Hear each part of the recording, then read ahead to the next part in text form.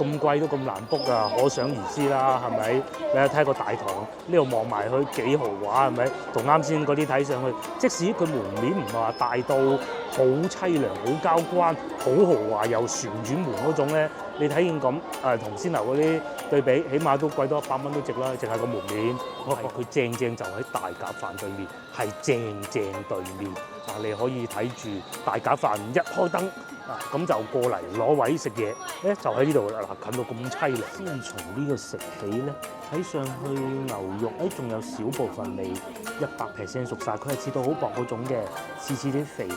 呢個真係幾好，炸得又夠香脆，又有蔬菜。我揀呢個菜咧，我對自己呢個選擇好滿意，好滿意。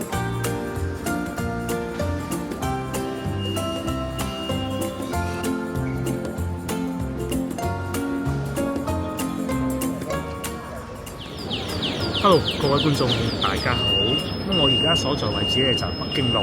今集影片咧，我又嚟北京路拍攝啦。不過咧，同以往嘅內容可能會有少少唔同。咁話說係咁嘅。今朝我直播嘅時候咧，就有好幾位觀眾問我，究竟翻到嚟北京路啊，究竟去邊度揾酒店比較好咧？其實喺我以往嘅影片咧，一路都會有涉獵呢個話題嘅。咁但係咧都係冇系統性咁同大家講過，我就想今集同大家講下嘅。咁首先講清楚先，我推薦嘅酒店咧，首先我係本地人，我肯定冇理由全部都住過。但係我對北京路嘅熟悉程度咧，我喺度30年啦，我喺度長大嘅，我睇住啲酒店起嘅，咁我應該係會比較有發言權。咁所以咧，今日嘅推薦嘅酒店咧會有幾個衡量嘅標準。第一，我係會將時間設定喺下星期一嘅晚上，因為點解咧？因為接落嚟已經係到週末啦，價格肯定係可能會比較貴，又或者係有啲房間嘅房型已經被訂完嘅咯噃。咁所以咧，我就設喺下星期一。第二，我哋觀眾翻到嚟，通常應該未必會揀星期六㗎，即係週末㗎。咁星期一係一個唔錯嘅選擇嚟嘅。咁所以我就設定嘅下星期一。第二，我統一都會用我手提電話上邊美團呢個 app 嚟訂嘅。點解會咁樣咧？因為我係要用一個統一嘅尺度而不是一陣我又睇下呢個 app， 一陣又睇下另外一個 app。但係大家要注意到，可能大家會用其他啲 app 嚟訂喎，或者 Booking 啊、Agoda，因為可能你哋有啲積分㗎嘛。咁相信其實差距都唔會太大嘅啫。咁我哋開始啦，好嘛？大家科普一下北京路。我而家企緊呢個位置咧，就叫做財廳廣東省財政廳。北京路嚴格意義上嚟講咧，就從呢度開始嘅。大家睇下面前呢幾個欄杆就知道，再往後行就已經係汽車不能進入嘅咯喎，步行街嘅咯喎。咁講明就係開始北京路啦。從呢度一路開始往南北走向嘅北京路咧，去到天字碼頭就某種意義上嚟講已經叫結束㗎啦。一路去到天字碼頭，如果喺呢度步行嘅話，沿路唔睇咩都唔去行商場，唔去餐廳嘅話，大概係需要18到20分鐘左右嘅。咁喺北京路咧，有3個地鐵站會涉獵到㗎。咁第一個咧就係大家最耳熟能詳1號線，應該都算係第一個地鐵站啦。1號線啊，公園前地鐵站，喺中間嘅，中間嗰部分嘅。咁第二個咧就係新開無耐呢幾年開6號線嘅北京路地鐵站。咁嗰度咧就好老實講啊，我認為係會比公園前站越嚟越旺，尤其係遊客最愛，因為嗰度會更熱鬧嘅。咁第三個咧就遠少少啦，海珠廣場地鐵站，但係嗰度咧就會比較近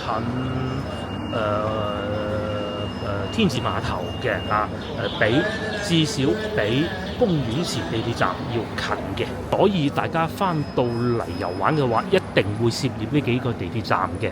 我哋而家就開始啦。再嚟，我今日揾酒店嘅標準咧，就唔會話揾嗰啲好平，即係上星期咧同老婆去到三水嗰啲咁樣有蚊咬有蟲咬嗰種嘅，就唔會嘅。首先我哋會見到第一個酒店就係呢個維也納酒店。先頭咧我講嘅嗰啲俾蟲咬嗰啲咧，我就講呢啲嘅，大家真係唔好揀153蚊，北京路153蚊，爭啲仲平過我哋上次住嗰啲民宿，你覺得係會點啊？係咪？呢個第一個選擇嘅。咁呢個維也納酒店喺邊呢？就喺呢度上邊啦。呢度叫新大新酒店，亦都係中山五路同埋北京路交界嘅一個大型嘅百貨商場。如果我冇記錯，應該係90年左右就開始營業嘅，因為當時咧我就喺附近阿婆屋企食中午飯，當時我仲讀緊小學，舊就肯定舊㗎啦。我講棟樓嚇，但係佢最大嘅優勢咧就係價錢比較適中。譬如我呢度所揀嘅11月13號至14號晚即是下星期一啦嚇。譬如呢一個標準單床房330蚊啫喎。係咪啊？咁揀翻，如果係我哋平時我同老婆最愛的雙床房咁計呢，358蚊。咁講清楚先，佢係冇窗嘅，佢嘅雙床房都係冇窗嘅。咁如果一去到城景雙人房嘅話，就需要到464蚊啦。然之後打開睇下佢裏邊嘅設施咧，都係一應俱全嘅。但係咧睇呢啲設施咧就要咁樣睇啦。譬如好似廚房用具，係咪真係有呢？究竟又係點呢？係咪你需要嗰種廚房用具呢？我可以保證一定唔係嘅。咁我哋會睇翻有書架，有冇拖鞋啊，各種都係見到有嘅。咁甚至乎沖涼啊、牙膏、牙刷啊，都係會有。係有啲酒店係冇嘅。就係呢度啦。如果你住到400幾蚊一晚嘅房間嘅話，話唔定喺你間房望落嚟下邊就係北京路啦。咁佢嘅優勢得天獨厚，就係近，好方便嚟北京路遊玩。即係你係突然間醒起，哎呀，我想食嗰個炸魚夾喎，你買咗翻房食又得，咁最好唔好咁啦嚇。但係可以嘅。咁突然間醒起，又想去邊度行下喎，咁喺呢度過去公園前地鐵站，亦都係非常方便嘅。至於我而家企緊呢個北京路以北呢，真係北京路北啦嚇。咁有兩個地方係可以選擇嘅。第一個呢，就係呢個點都德餐廳啊。咁有好多老廣州呢都對佢嗤之以鼻。但係如果對遊客嚟講，我覺得係幾 nice 㗎。出品係比較統一，唔會話有人喺裏邊煲下煙仔呢啲咁樣嘅係唔會有嘅。對遊客係好 nice 嘅。甚至乎咧，再行前少少，大家見唔見到人信雙皮奶？係呢度都有雙皮奶食嘅。咁因為呢啲鋪頭咧開起身就不是太難嘅啫咁所以都可以有選擇，唔怕㗎，食得過㗎。甚至乎大家睇見前邊仲有皇上皇幾個字先，唔使去到上下九買皇上皇相信都係唔使嘅。同埋前邊仲有太平館，即係食西餐嗰度咧。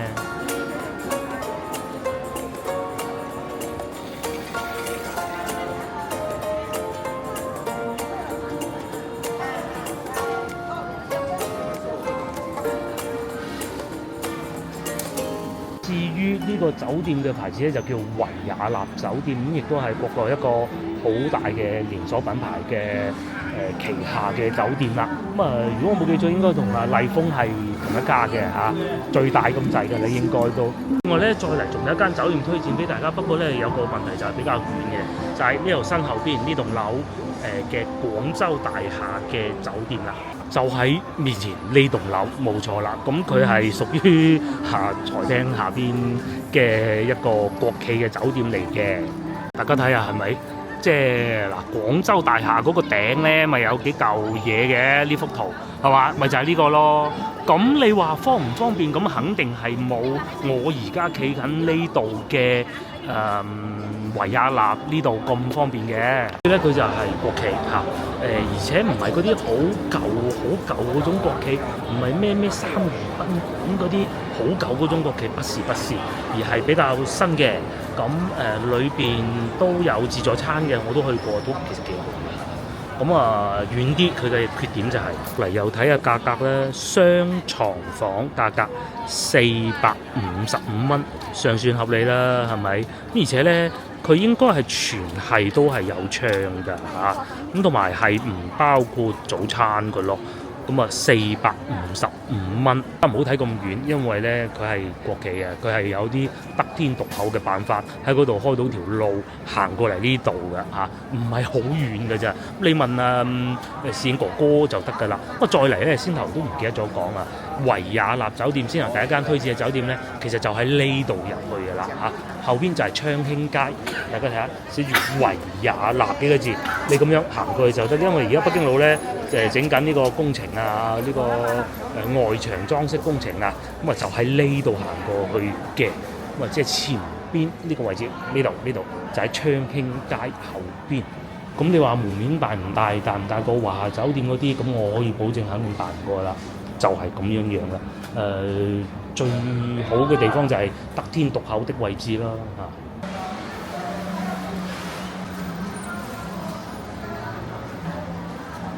咁喺中山五路以北嘅酒店咧，咁我推介完啦。而家咧就繼續往南行，咁啊去到大佛寺附近都仲有幾間推薦嘅。咁另外咧喺呢度行過去啊，有一間叫做樂文國際公寓，其實我都想推薦嘅，但係咧考慮到公寓兩個字咧，其實我都有啲唔敢推薦啦，有陰影啊。但係咧睇見裏邊設施都比較齊全嘅。譬如呢度撳入去咧，我係見到嗱咁靚嘅房嘅城景嘅喎，又有雪櫃各種嘅喎。咁但係始終都係公寓，有好多嘢咧，照片同實際咧又或者服務咧，可能未必跟得咁足，所以我都係唔敢推薦俾大家啦。但係如果大家真係好想過去試下就喺呢個方向行過去，大概呢度行到綠燈嗰個位置，咁就差唔多到㗎啦。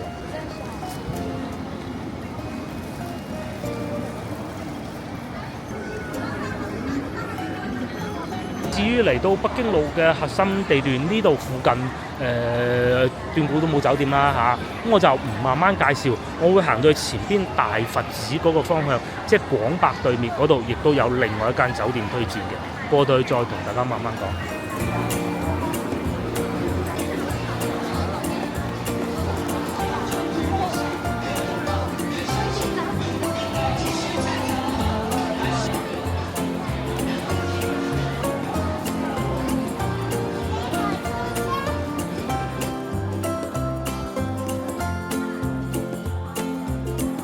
接落嚟推薦呢個酒店咧，就叫做希樂酒店。大概喺咩位置咧？就喺前邊啦。左手邊就係大佛寺啦。呢度大佛寺，只不過而家未夠時間開燈啫。希樂酒店就喺呢度啦。咁佢個優勢係咧，更接近起義路、廣州起義路嘅。咁喺廣州起義路過去公園前地鐵站咧，就非常之近。甚至乎係我今日可以推薦到嘅酒店裏邊咧，離公園前地鐵站應該係算最近之一㗎啦嚇，都應該唔叫之一啦。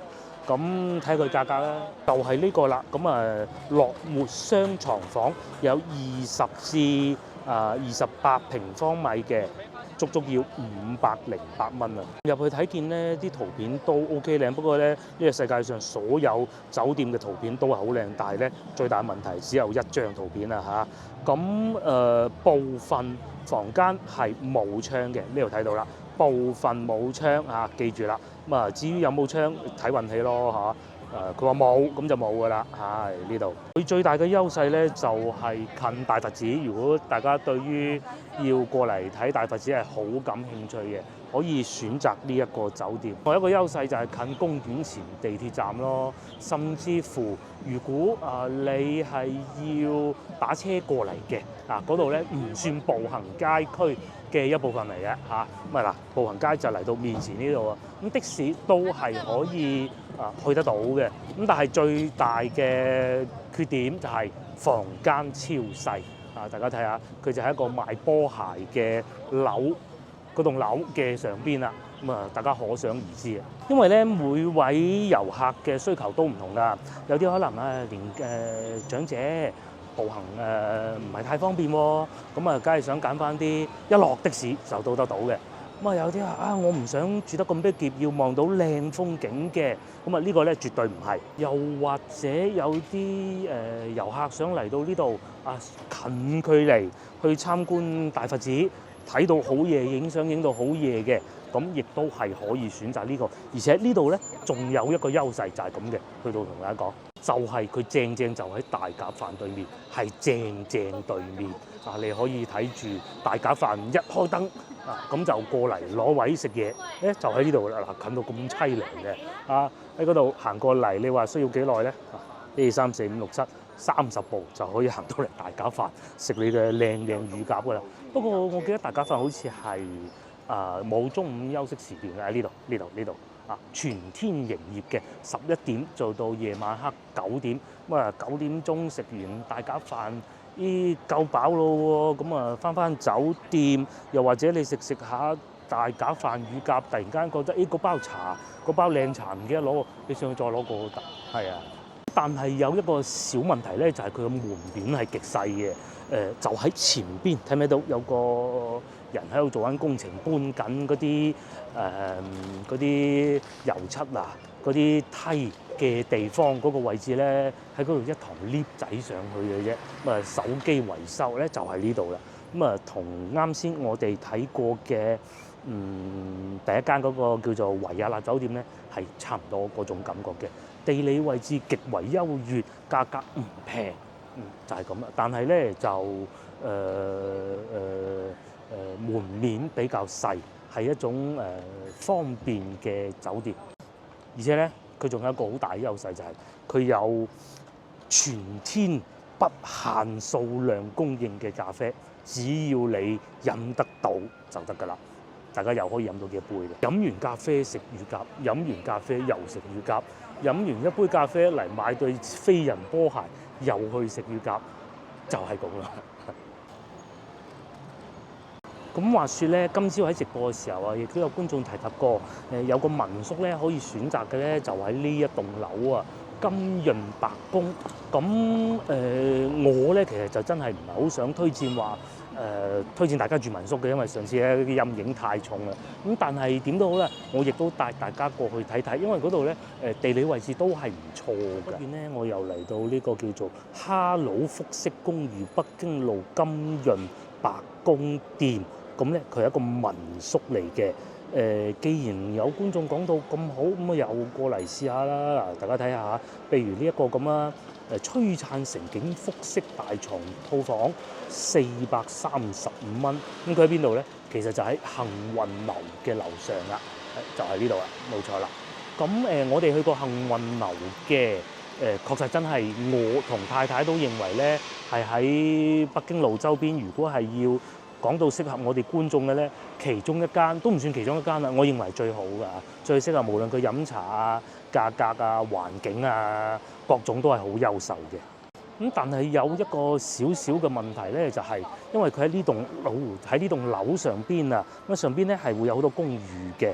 公寓上邊係點？我當然有人知道咩樣啦。可能係會好好，譬如話你用到咁樣嘅價錢，可以有咁大嘅環境、咁靚嘅風景，同先頭我哋去過嗰幾間比咧，嗰啲門面咁細係嘛？嗰啲就太過逼狹啦。呢啲咧闊落，但係佢上 lift 嗰度咧就好恐怖。因為點解咧？當時我同老婆嚟過一次幸運樓飲茶，咁咧佢啲 lift 咧好複雜嘅，哎呀，咁啊撳下，唔知點解上咗去上邊民宿嗰部分啊。咁至少我未入到房間之前咧，都覺得好似點解咁暗嘅咧？就喺呢個位入去㗎啦，唉。咁啊個 lift 咧仲幾工業大廈 feel 㗎，咧就係呢度嘅。咁但係有好處就係，如果你想去幸運樓飲茶嘅話，呢個酒店就絕佳啦。你係可以飲下茶，又覺得嗰包靚茶葉唔記得帶喎，又落翻嚟你嘅房間攞包靚茶葉啦。諗下又覺得個雙筷子靚嘅紅木筷子冇帶喎，又可以上去落嚟攞翻個紅木筷子，就係呢度啦，撳 lift 上去嘅。仲有一個好處，呢度個文德路、文明路都係好方便嘅。咁有部分嘅住戶咧係要喺前邊上去嘅，咁要睇你同翻業主溝通啦嚇，就喺前邊呢度。都係可以上得到去嘅。咁有好多家庭客嘅，尤其咧，因為有啲家庭客啊，因為佢可能小朋友有晒想闊落啲嘅地方喎，咁嗱，好似面前呢啲咁咧，都係嘅。咁同埋咧，呢度都係有咖啡飲嘅，不過要另外俾錢啦嚇。咁好啦，咁啊稍為中端價格嗰啲咧，就同大家睇過啦。我哋去睇啲貴嘅。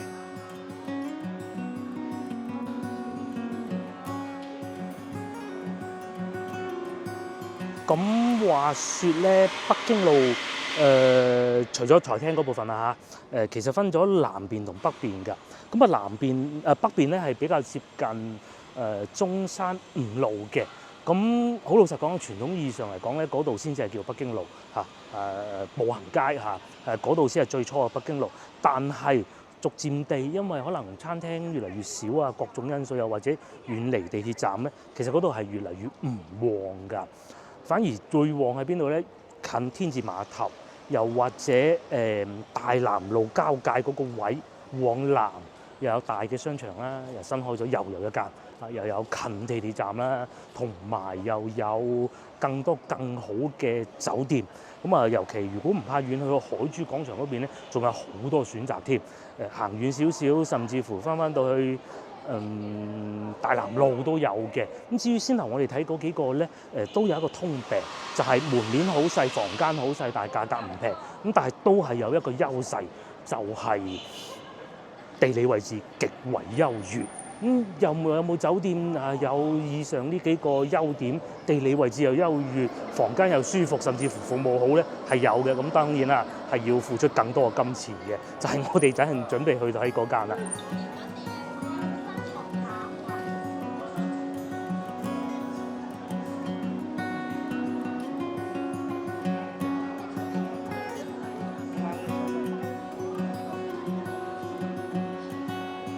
經過北邊咧，我哋又嚟到魚山市呢個路口啦。咁啊，魚山市路口點認咧？大家記住呢個泰式餐廳陶陶居咁就得㗎啦。咁如果都仲係認唔到嘅話咧，喺鏡頭嘅右邊啊，呢度行過去就已經係惠福東路食街。如果有留意我呢個頻道嘅咧，我相信觀眾應該都知道喺邊㗎啦。即使未嚟過都好，咁同我哋先後經過嗰幾個地方寥寥可數嘅美食對比嘅話咧，呢度啊多好嘢食啦嚇。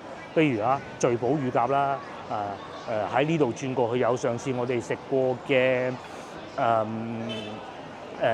泰國菜啦、永豐啦、茶餐廳啦，甚至乎繼續往前行，仲有一堆日韓料理啦、華輝拉腸啦、銀記啦，一應俱全，數之不盡，多到數唔晒嘅，太多太多啦，不再數了。咁咧，我哋要推薦先頭所講話，好貴嗰個酒店喺邊咧？就喺呢度嘅，係面前呢一個最老嘅觀眾應該咧會叫佢叫麗都酒店。好似我哋啲咁嘅年紀咧，就會叫呢度叫潮流。咁而家咧，因為疫情過咗去啦嘛，咁啊所以呢度咧就俾一個法國嘅酒店集團就用咗佢嘅地方啦，就叫做呢個北京路步行街美居酒店。咁啊勁啊！佢係法國嘅酒店嚟運營嘅。網上資料顯示美居酒店屬於法國雅高酒店集團。咁有口皆碑啦嚇，美居。最初咧，我聽見佢起個咁嘅名咧，我以為肯定係嗰啲好渣嗰啲啦，其實唔係嘅。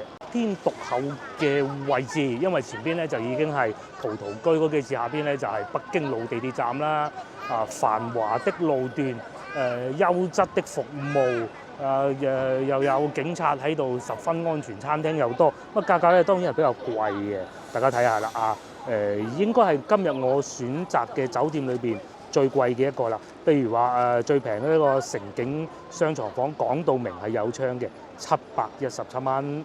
咁同埋下邊呢個如果係家庭套房嘅1507。咁但係法國酒店就應該都比較好吧。而且大家睇下下邊呢個潮流咧，應該而家都仲係海印集團喺度運作緊嘅。上邊都有唔錯嘅餐廳，又或者呢個好老牌嘅麥當勞啦。然之後咧，連珠寶店咧都係用6幅嘅，唔係嗰啲6大幅、6小幅嗰啲咧。如果好多觀眾都話價格貴唔係劣勢嘅話咧，仲有一個問題，你就一定要早預約、早 book 房啦，因為真係好難 book 嘅。咁貴都咁難 book 啊，可想而知啦，係咪？你睇個大堂呢度望埋去幾豪華，係咪？同啱先嗰啲睇上去，即使佢門面唔係話大到好凄涼、好交關、好豪華又旋轉門嗰種咧，你睇見咁同先樓嗰啲對比，起碼都貴多100蚊都值啦，淨係個門面。又或者連奶茶鋪咧呢間都係比較貴嗰種㗎又或者再嚟後邊仲有陶陶居啦。食壽司㗎啦，各種咯，呢度就非常之好嘅，又有 Pepper Stone 啦麵包鋪你如果朝頭早覺得我好想食個好西式嘅麵包，好靚嗰種咧，Pepper Stone 一定唔會令你失望啦，絕對唔係先頭我哋經過中山路見到嗰啲咧不知名嘅小食咯，呢度係高端好多嘅甚至連賣體育用品㗎啦又係3間啦，又或者連呢度嘅遊客咧都係年輕人居多嘅幾好嘅。甚至乎咧，如果有觀眾係嚟自加拿大，好中意飲來自你哋家鄉嘅咖啡嘅咧，前邊都仲有紅色嗰間，或者上去上邊陶陶居都得。咁當然啦，呢個只不過係一間分店嚟嘅，呢個唔係總店嚟嘅。咁但係用餐環境係真係幾好嘅如果喺北京路咁計啦首選嘅粵菜餐廳，我哋梗係推薦翻去到幸運樓㗎啦。其實呢個係副選嚟㗎要啱遊客喎，即係唔係嗰啲咧？有啲真係有邊間我唔好講啊！嗰隻曱甴爭啲大過隻老鼠嗰啲我哋睇見食下，哇嚇到你邊間就唔好講啦！我哋喺影片裏邊都冇寫力推2個字嘅，好恐怖呢啲絕對唔會啦。好啦，如果有觀眾又話我其實唔需要咁好服務，因為咁嘅，其實咧對於一個遊客嚟講可能佢擺喺酒店房間嘅時間並不是太多，佢最緊要2個字乾淨就得㗎啦。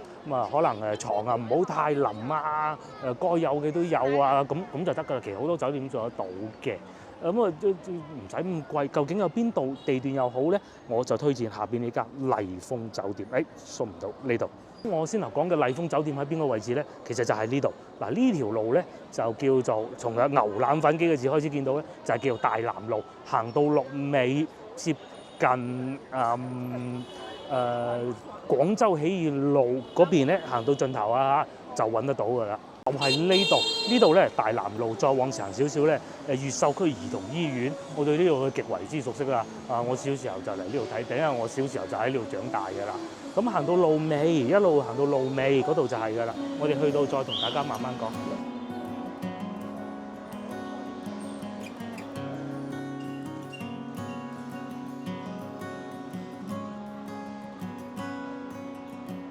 終於我哋又嚟到呢度啦就係呢個叫做麗豐酒店。大家千祈唔好睇嗰啲名話又北京路又海珠廣場，其實咧都係有一段距離嘅咁喺呢個方向大南路一直往西行應該係咁咧就可以去翻到北京路步行街。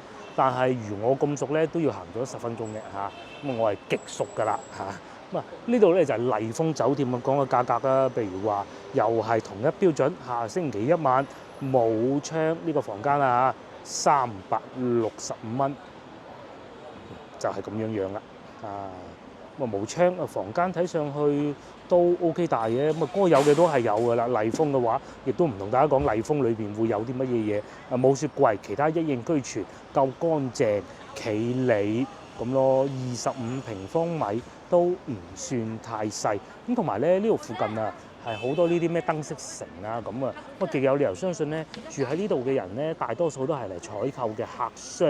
咁但係有個好處咧，就係佢啱啱就喺北京路同埋海珠廣場嘅中間，因為喺鏡頭正前方行過去就係海珠廣場。而如果你熟路嘅話，喺呢個方向行過去，一直行大概又需要10分鐘左右咧，就已經係公園前地鐵站。咁啱啱就喺中間，去每個地方都好近，就係佢最大嘅優勢，同埋價格都唔算太貴嘅如果大家對於食雞仔餅蛋撻非常之感興趣嘅咧，咁真係要住呢個酒店啦因為咧喺前邊係廣州其中一間好老字號做蛋撻同埋雞仔餅好嘅鋪頭。不過雞仔餅價格係比較貴啊嚇，60-70蚊一斤嘅，好恐怖嘅。就喺前邊大南路應該叫嘉華係咪？我唔係好記得個名啦。通常嗰啲老字號我都唔記得個名啦，就喺前邊嘅啫。咁而喺呢度一直往南行就可以去翻到海珠廣場啦。咁我哋去海珠廣場。咁去海珠廣場咧做乜嘢咧？就唔係去睇海珠橋，就係另外仲有一間好老牌嘅酒店——華夏大酒店。咁啊，如果你要我喺北京路揀2間酒店出嚟嘅話咧，華夏係其中一個，另外一個咧就係啱先咧好貴嗰間啦嚇。華夏係幾好嘅，4粒星，老牌，80年代之後落成嘅出現嘅酒店咧，我認為華夏係喺北京路嚟講算係比較好嘅。講清楚係80年代之後落成啊，有啲咩花園啦、白天鵝啦，除咗呢2間。佢都算係比較好㗎啦，老牌嗰啲啊，唔計珠江新城、琶洲嗰啲喎。都記得人哋個寶號啦，蛋糕鋪啊、餅鋪叫明華2個字嘅。咁啊，至於喺呢度過去咧，就係大德路啦。咁啊，都係賣嗰啲五金配件嘅地方咯。我而家行緊嘅就係廣州起嚟到最後一個推薦啦，就係華夏大酒店。點解嚟到咁遠講咧？其實就冇乜所謂嘅，大家應該對佢都好熟㗎啦。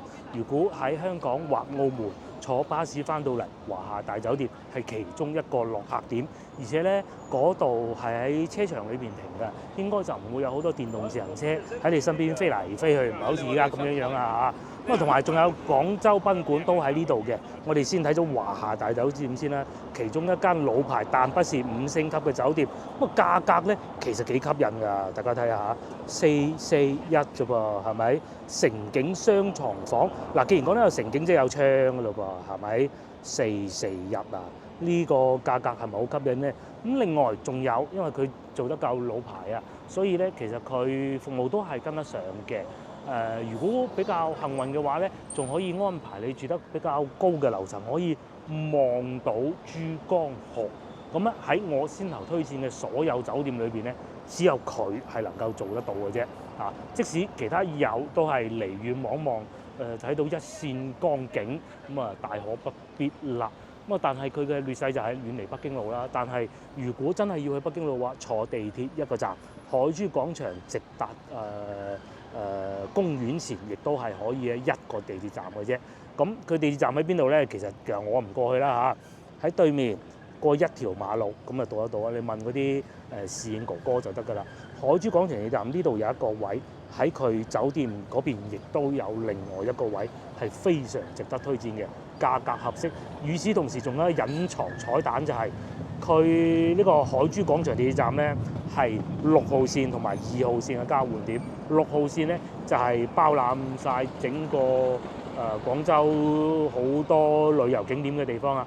再嚟仲有一個隱藏彩蛋，就係呢一個啦，廣州賓館。咁啊，廣州賓館咧就比較有趣。點解我話隱藏咧？就係因為佢其實冇上嗰啲咩大美團啊呢啲 book 房，我話完全唔知幾錢嘅，咁得意啊！咁啊 walk in 咯，但係就廣州人通常會叫呢個27層。上邊都有得飲茶嘅，咁啊，但係就唔係我哋首推咯。咁另外喺海珠廣場喺華夏大酒店嗰度咧，仲有另外一個餐廳。如果喺北京路周邊呢幾個地方食嘢嘅話，粵菜3間推薦，佢係其中一間，就係唔死人唔記得咗啲。終於記得就係稻香啊！咁啊喺酒店落去。房間酒店落去稻香非常方便，係遠離北京路係最大佢嘅劣勢。咁啊，其他一切都好，尤其房間都係夠大，服務亦都肯定唔會令你失望。環境又好，價錢又合適，就係嗰一個缺點，就係遠離北京路嘅啫。咁如果對於喜歡行下嘅出行唔會話好唔方便嘅遊客嘅話咧，首推真係首推。咁嘅價錢，咁嘅環境又近巴士站，即係你拎住好多行李翻到嚟，喺嗰度住，又或者想去黃沙，想去想去歐莊啊，想去6號線沿線，甚至乎北京路都係好方便嘅。我今晚嘅晚餐咧，我就打算咁嘅啊，因為最初咧我係打算喺呢度過去萬福路食煲仔飯，喺呢度一路過去好鬼遠嘅。咁但係咧，先頭我經過前邊一間越南菜館，應該叫金月軒係嘛？我見到客人並不是太多，而家啱啱過咗5點15分，咁啊我過去嗰度試下佢啦。因為好難得咧，係等到呢啲餐廳咧冇乜人㗎，係啊，咁啊啱先5分鐘前仲冇乜人，咁啊而家唔知會唔會太多啦，過去睇下先。咁如果真係冇位嘅話，再作其他決定啦。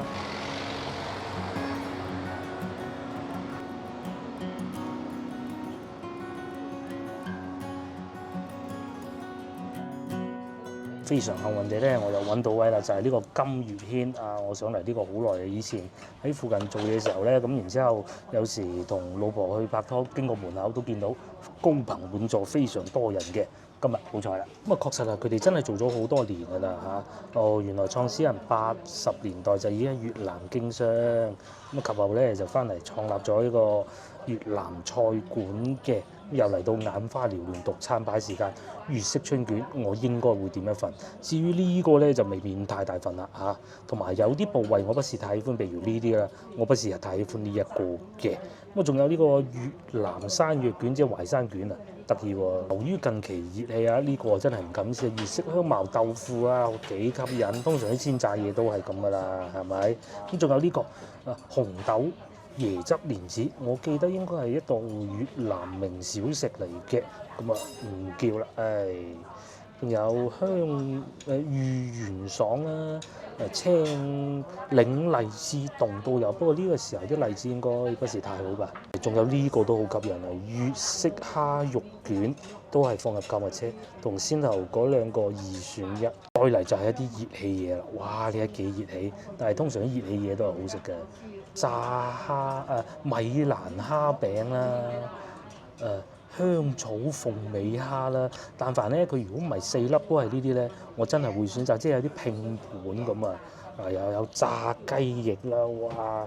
香煎牛油雞翼啦，呢啲要身體好先敢食嘅。再嚟就係咖喱雞煲，不過喺我印象中咧，越南菜咖喱其實不是太出彩啊，反而咧呢個就出彩啊，麻油雞。我哋繼續揭下豬扒卷一應俱全噶嘛。呢個好啊，呢個香草焗法包，哇，好傳統噶嘛。另外咧，感覺上啊，好多越南菜館咧都會有做埋泰國菜嘅，好似面前呢啲咁咧，嗱呢個就唔係啊，都好近泰國菜嘅感覺嘅，呢個唔係。我咧魚呢啲就真係不必啦嚇，基本上可以跳過，但係價格大多數都係圍繞50零60蚊啦，蟹唔計啊，蟹價格當然係比較貴嘅。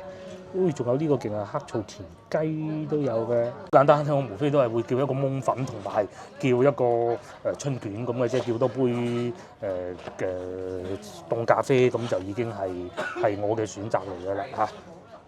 哇！我嘢食個嚟滯啦，又幾快喎，咁啊都係傳統食越南菜會見到嘅嘢啦。呢個係叫火車頭生牛肉粉，啲牛肉啊唔係生嘅，即係生住擺落去咁解嘅啫啊。咁啊等佢用熱水浸一浸，咁啊食得㗎啦。咁啊再嚟咧呢個咧就叫做米蘭蝦餅啦，都卒之我都係叫咗呢個蝦餅啦。咁啊因為考慮到咧有蔬菜啊，咁啊應該唔會太熱氣，實在可以食唔晒，咪攞翻去俾個女食咯，等佢熱氣啊嘛。咁啊再嚟仲有呢個嚟到越南餐館冇理由唔叫嘅滴漏咖啡。咁至於呢杯咖啡咧仲喺度滴緊呢個咧就要等一等啦。我咧就從呢個粉開始食起啦。咁啊佢係有配呢啲醬汁嘅。咁我應該將呢個檸檬處理咗先吧。呢個，但係佢咧係浸住喺個魚露上邊嘅喎。單手係難搞啲㗎啦。哎呦，成手都臭晒啦。不過咧，有人話臭，有人話香，魚露嘅味啊。咁啊擺落去個呢度應該係咁食吧嚇。咁同埋擠啲落嚟魚露呢度。你應該先從呢個食起咧，睇上去牛肉仲有少部分未100% 熟晒，佢係切到好薄嗰種嘅，似啲肥牛嘅。咁啊擺翻落去浸下先，等佢啊。咁啊又有蔬菜啦，蔬菜夠多。越南菜咧有呢個好嘅，越南美食就係蔬菜夠多。咁啊喺呢個時候，不如試下個蝦餅先啦。落手啦，不如呢個。哇，啱炸起嘅喎，咁樣嘅喎，有蝦嘅噃，有呢個醬汁嘅，但唔知點解，擺得到，就係咁樣啦。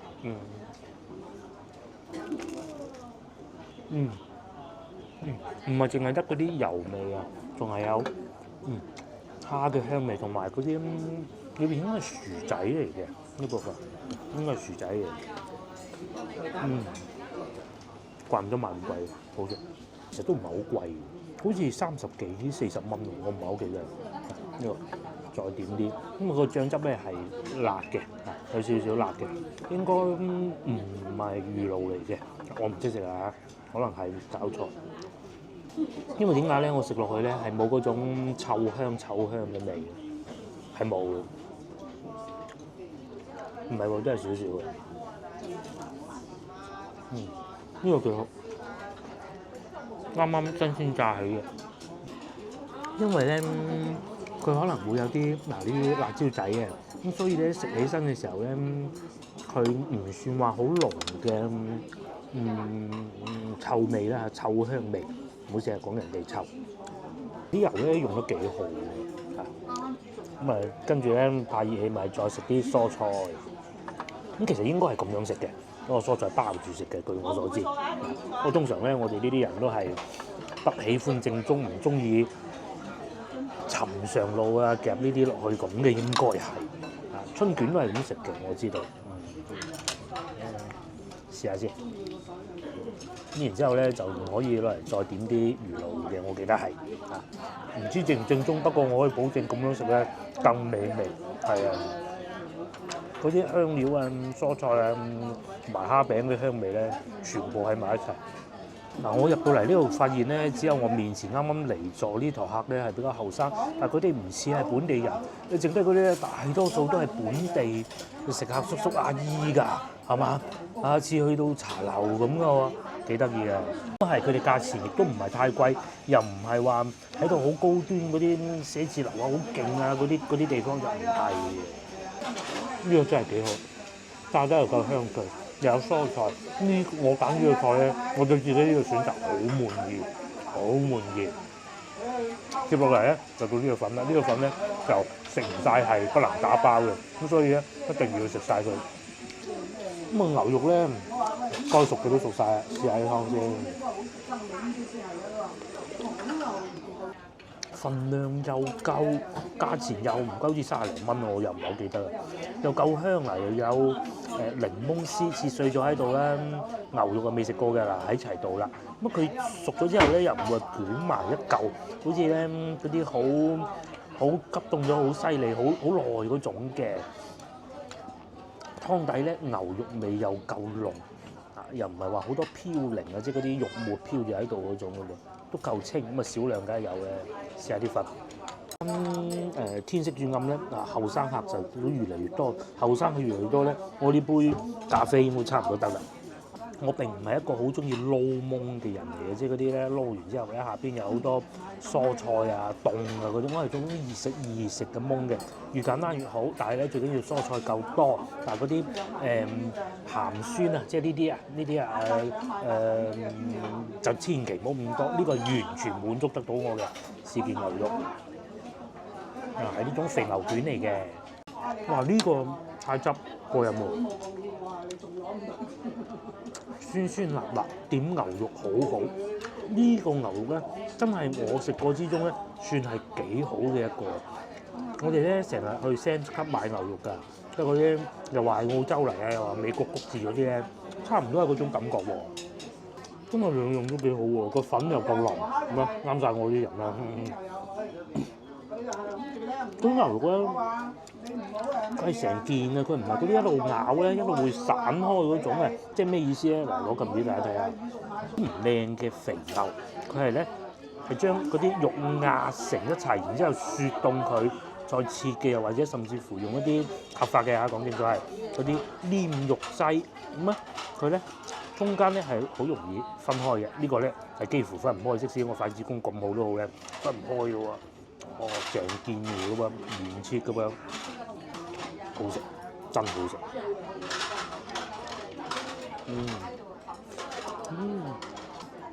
但係咧，即係我唔識咋，講清楚。呢個金不換係點用咧？做味定係一路食肉一路咬咧？等我食呢條菜再講啦。呢個餐廳咧喺度真係做咗好多年嘅。我應該係07年好似喺呢度上班嘅咁。我 sorry 講錯，應該係04年喺呢度附近上班。當時已經見到佢哋喺呢度㗎啦。咁大概係咁上下時間咧，睇住佢開門嘅，隔離係一個倉庫嚟嘅，裝嗰啲叫做可樂汽水嘅其中一個倉庫嚟嘅。我睇住呢度開，哇，做咗咁多年，呢個真好，嗰啲檸檬葉香啱好，啲牛肉又好食，點住呢啲辣汁啦，我唔叫太汁啦，太汁唔應該咁，太汁會結啲嘅，呢個稀啲嘅。我呢個應該整好啦吧？係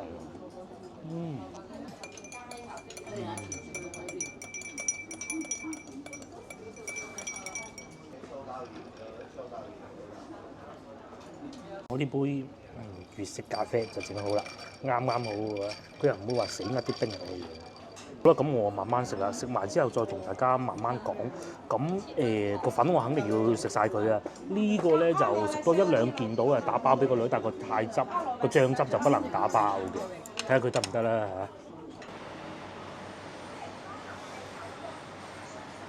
嚇。好啦，我又食飽，大家睇上嗰一點真係好食，份量又夠，尤其嗰個牛肉粉，佢粉係多啊，固之然啦，同埋咧嗰啲牛肉都唔少，哇！食到我搞到最尾嗰個蝦餅我都係食唔晒嘅嚇。咁一來又想攞翻去俾個女試下嘅。咁好啦，今集影片亦都到呢度結束，而家6點幾，天都黑晒啦嚇。各位觀眾，下集見。share呢條影片俾你嘅朋友，又或者幫我點個 like 啦嚇。各位觀眾，下集見。